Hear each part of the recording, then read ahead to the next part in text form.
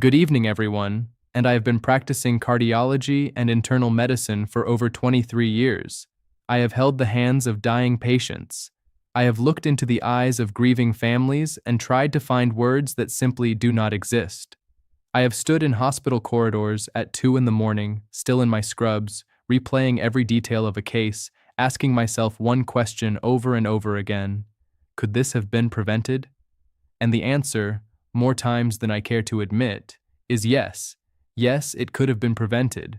Not with expensive surgeries, not with rare medications, not with technology that only the wealthy can access. It could have been prevented with knowledge, with awareness, with the simple act of someone, somewhere, telling that person the truth before it was too late. That is why I am standing here today. Not as a physician delivering a lecture, not as a scientist reciting data from behind a podium, but as a human being who is tired, genuinely deeply tired, of watching people die from things that did not have to kill them. I am tired of writing condolence notes. I am tired of telling a 47-year-old woman that her husband is gone. I am tired of explaining to a teenager that their father had a massive stroke in his sleep and that the brain damage is irreversible. I am tired of it. And if there is one thing I can do today, one single thing, it is to make sure that you walk away from this speech with information that might just save your life, or the life of someone you love. Let me tell you about a patient of mine. I will call him David, because that is not his real name, but his story is real, and his family has graciously allowed me to share it. David was 52 years old. He was not what you would picture when you think of someone at risk for a heart attack. He was not obese. He did not smoke. He exercised 3 times a week, went to the gym, lifted weights, took his dog for long walks on the weekends. His wife told me he seemed completely fine the night before. They had dinner together. They watched a little television. He laughed at something she said, kissed her on the forehead, and went to bed. She woke up at 6 in the morning to find that he had not moved. He was cold. He had died in his sleep, alone, silently, without a single sound, without a single warning that she could hear. A massive heart attack, caused by a complete blockage in his left anterior descending artery, what we in medicine sometimes call the widowmaker. And when I reviewed his history, when I sat down with everything we knew about David, I found the culprits. They were not dramatic. They were not exotic. They were everyday habits that millions of people share. Habits that he had been told were not ideal, perhaps, but surely not dangerous, surely not fatal, surely not the kind of thing that kills a relatively healthy man in his sleep at 52 years old. I am here to tell you that they are, and I am begging you, I am genuinely, sincerely begging you to stop doing them. Let us begin with the one that I consider the most underestimated killer in the modern world, and that is chronic sleep deprivation. I know what you are thinking. You are thinking, sleep? Seriously?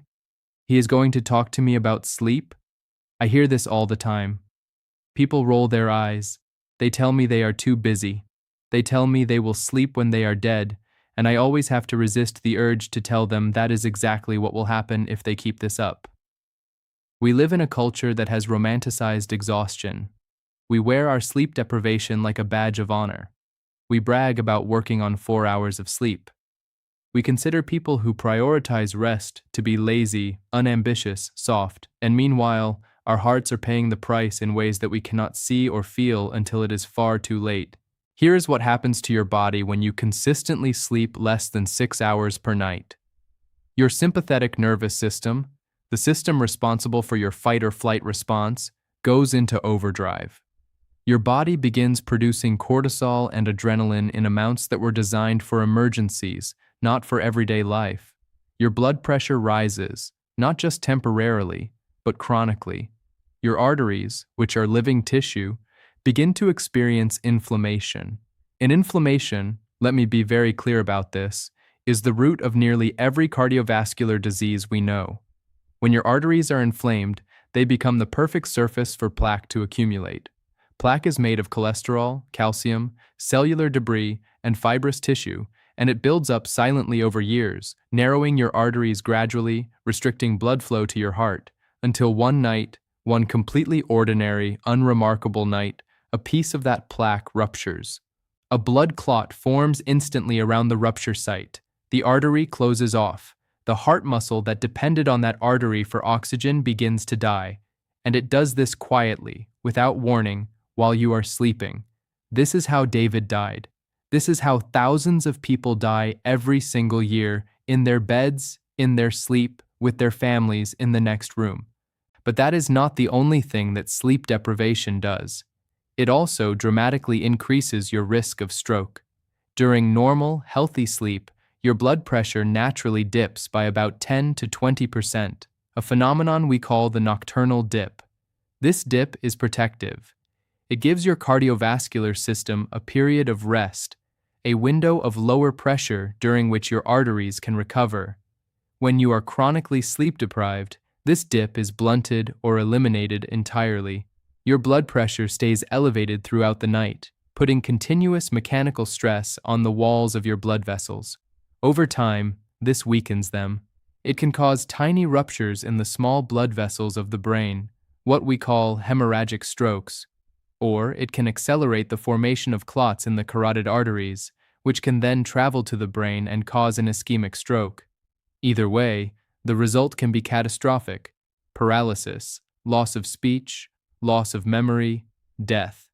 And it often happens while the person is asleep, without a single symptom to warn them. Please, if you are sitting there right now thinking about how many hours you slept last night, and the night before, and the night before that, I want you to take this seriously, not as an inconvenience, not as a vague suggestion from an overly cautious doctor, as a genuine, evidence-based life or death warning. 7 to 9 hours of sleep is not a luxury. It is a biological necessity. It is as important as the food you eat and the air you breathe, and in my clinical experience, it is far more neglected than either. Now let me talk about something that is connected to sleep but deserves its own conversation, and that is the issue of stress, specifically chronic, unmanaged, unacknowledged stress. Because here is something that most people do not understand. Stress is not just a feeling. Stress is a physiological event. When you are under stress, your body releases a cascade of hormones, primarily cortisol and norepinephrine, that have direct, measurable, damaging effects on your cardiovascular system.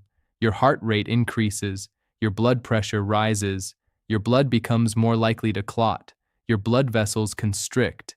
And if this state is sustained, if you are living in a state of chronic stress day after day, week after week, year after year, the cumulative damage to your heart and blood vessels is enormous.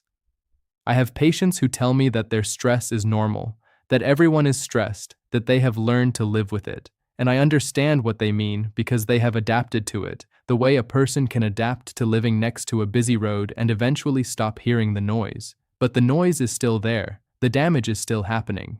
You may have stopped feeling the stress consciously, but your cardiovascular system has not. Your arteries do not adapt. They do not get used to elevated cortisol levels. They simply continue to accumulate damage, quietly, invisibly, until the consequences become impossible to ignore. David was a man under enormous stress. He ran his own business. He was worried about money, about his employees, about an industry that had become increasingly difficult to navigate.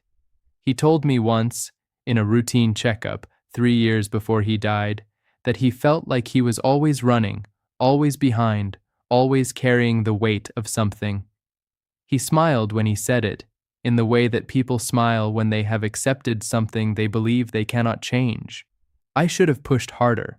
I should have been more explicit about what that level of chronic stress was doing to his arteries. I carry that with me.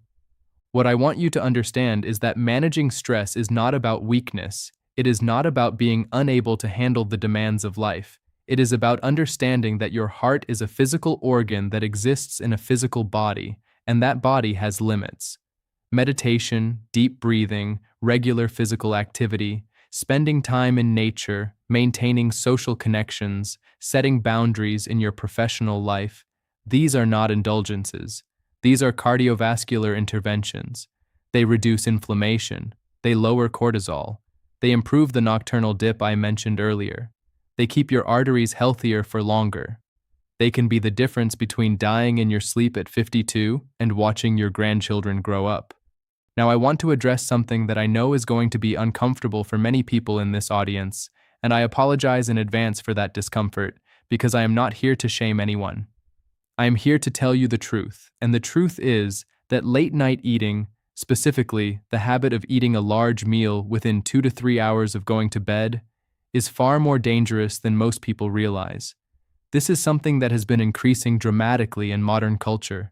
People work late, they come home exhausted, they eat their largest meal of the day at 9 or 10 o'clock at night, and then they go to bed. And this pattern, repeated night after night, creates a set of conditions in the body that are deeply hostile to cardiovascular health. When you eat a large meal, your digestive system requires significant blood flow to process it. Your heart has to work harder, your blood pressure rises in response to the increased metabolic demand. Your blood sugar spikes, triggering a large release of insulin. Late at night, when your metabolism has already begun to slow in preparation for sleep, these effects are amplified and prolonged. Your blood sugar remains elevated for longer, your insulin levels stay high, and elevated insulin over time is one of the most powerful drivers of arterial inflammation and atherosclerosis, the buildup of plaque inside your arteries, that we know of. Add to this the fact that lying down after eating promotes acid reflux, which itself creates a state of low-grade inflammation in the chest, and which can in some cases trigger vagal nerve responses that affect heart rhythm, and you begin to understand why this seemingly innocuous habit is on my list of things that can kill you quietly in the night while you are sleeping. I am not asking you to go to bed hungry. I am not asking you to make radical changes overnight. I am asking you to eat your last meal earlier. Aim for at least 3 hours between your last meal and the time you go to sleep. Let your body complete the initial phases of digestion before you lie down. This one change, this single, practical, entirely achievable change, can meaningfully reduce your cardiovascular risk. And if you are someone who works shifts or whose schedule makes early dinner genuinely impossible, then at least make that late meal smaller and lighter. Remove the heavy fats and large portions. Give your heart a fighting chance during the hours when it is most vulnerable. Let me now talk about something that I see constantly in my clinic and that I consider one of the most dangerous things a person can do to their heart, and that is ignoring the warning signs that the body sends. I have sat across from patients, intelligent, thoughtful, caring people, who told me that they had been experiencing chest tightness for 6 months and had not mentioned it to anyone. Patients who told me they had been waking up short of breath in the middle of the night and had attributed it to anxiety. Patients who told me they had been feeling unexplained fatigue, jaw pain, left arm discomfort, palpitations, and had convinced themselves it was nothing to worry about.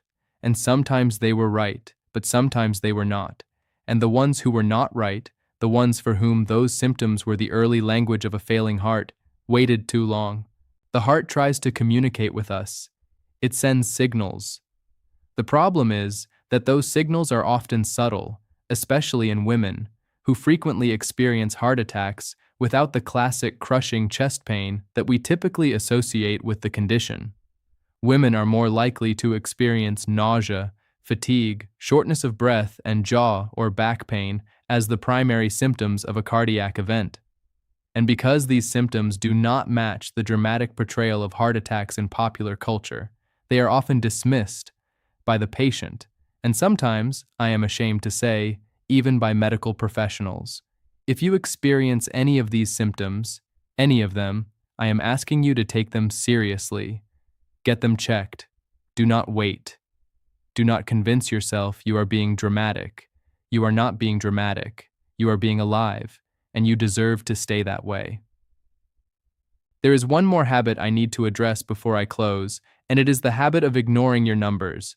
I am talking about blood pressure, cholesterol, and blood sugar. These 3 metrics are the closest thing we have in preventive medicine to a crystal ball. They tell us what is happening inside your arteries right now, before any symptoms appear, before any damage becomes irreversible. And the tragedy, the genuine, heartbreaking tragedy, is that a significant proportion of people walking around today have dangerously high blood pressure or severely elevated cholesterol or prediabetes, and they have absolutely no idea, because these conditions are silent. They produce no pain, no visible symptoms, no alarm that sounds in the middle of the night to tell you that your arteries are under assault. They simply accumulate damage, year after year, until the damage crosses a threshold and produces an event, a heart attack, a stroke, that may kill you or leave you permanently disabled. David had mildly elevated blood pressure that we had been monitoring. He had LDL cholesterol that was in the borderline range. He had a slightly elevated fasting blood sugar. None of these numbers were catastrophic on their own, but together, in a man under chronic stress, sleeping poorly, eating late at night, they created the perfect environment for catastrophe. And the catastrophe came. It always does, eventually, if the conditions are right and nothing changes. I want you to know your numbers. I want you to have a blood pressure cuff at home if you have any family history of hypertension or heart disease. I want you to get a fasting lipid panel and a blood sugar test as part of your routine health screening. I want you to have an actual conversation with your doctor, not a rushed 5-minute appointment where you mention 3 things and leave with a prescription, but a real conversation about your cardiovascular risk profile, about your lifestyle, about your sleep, about your stress, about your diet and your family history and the habits that you have normalized over the years that your body has been quietly paying for. Because that is what happened to David. He had normalized everything. The stress was normal, the late nights were normal, the poor sleep was normal. The borderline numbers were being monitored, not acted upon. Everything was fine until it was not fine at all. I got the call at 5:47 in the morning. I remember the exact time because I had just woken up and my phone lit up on the nightstand. It was the hospital. It was his wife, actually, who had called 911 and who someone on the emergency team had recognized as my patient's spouse. I drove to the hospital knowing what I would find, and when I got there, I stood outside his room for longer than I should have, because inside that room was the accumulated weight of everything I should have said more clearly, more urgently, more repeatedly. He was a good man. He was loved. He had things to live for. And none of that was enough to protect him from the habits that he had never been told, in plain enough language, were going to kill him. So I am telling you, in the plainest language I can manage. These habits, chronic sleep deprivation, unmanaged stress, late-night eating, ignoring your body's warning signs, not knowing your cardiovascular numbers, these are not minor inconveniences. They are not lifestyle choices that only affect your comfort or your energy levels. They are cardiovascular threats. They are the invisible architecture of heart attacks and strokes. They are the reason that people die in their sleep while their families are just a wall away, completely unaware that they are losing someone. You do not have to become a different person overnight. You do not have to overhaul your entire life by Monday morning. But I am asking you to start. Start with sleep. Give yourself permission to sleep 7 hours tonight without guilt.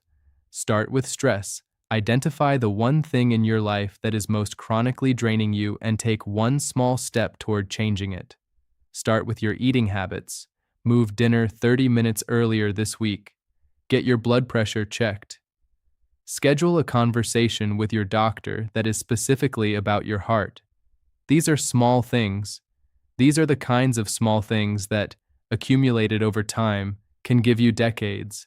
Decades of mornings, decades of meals and conversations and moments that you would not otherwise have. David's wife told me at his funeral that she still reaches for him at night. She wakes up and for a half second everything is fine. And then reality arrives, and it is not fine, and it will never be completely fine again. She said she would give everything she has for one more ordinary evening. Dinner, television, a laugh, a kiss on the forehead. One more ordinary evening, which they had 10,000 of, and which she now understands was extraordinary all along. Do not let the ordinary evenings run out before you are ready.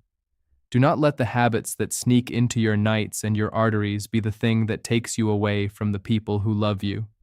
You have more power over this than you know. The science is clear. The path is available.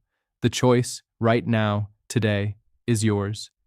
I have spent 23 years trying to give people more time, more mornings, more summers, more years. And most of what I have learned is that the most powerful medicine is not in any pill or procedure. It is in the choices that patients make before they ever walk through my door. It is in the sleep they protect, the stress they address, the meals they time thoughtfully, the symptoms they take seriously, the numbers they choose to know. It is in the decision to treat their own heart as the irreplaceable, extraordinary, life-sustaining organ that it is. That decision starts now. Not next week, not after the holidays, not when things slow down. Right now, in this moment, with this knowledge that you did not have an hour ago. Let it change something. Let it save someone. Let it be the reason that someone you love wakes up tomorrow morning and the morning after that and every morning for years to come. Thank you from the bottom of my heart, a heart that I too am committed to protecting, for giving me your time and your attention today. If this speech moved you, if it made you think of someone you love, if even one sentence landed in a place that felt important, please share it. Share it widely. Put it in front of the people in your life who need to hear it, because they may not know they need to hear it, and that is exactly the point. Subscribe to this channel so that you never miss a message like this one, because the conversations we are having here are the kinds of conversations that are not happening loudly enough in the world, and they need to be. Leave a comment below and tell me what habit you are going to change starting today. Tell me who you are going to share this with. Tell me that David's story meant something to you, because it meant everything to me. And together, one heart at a time, we are going to change this.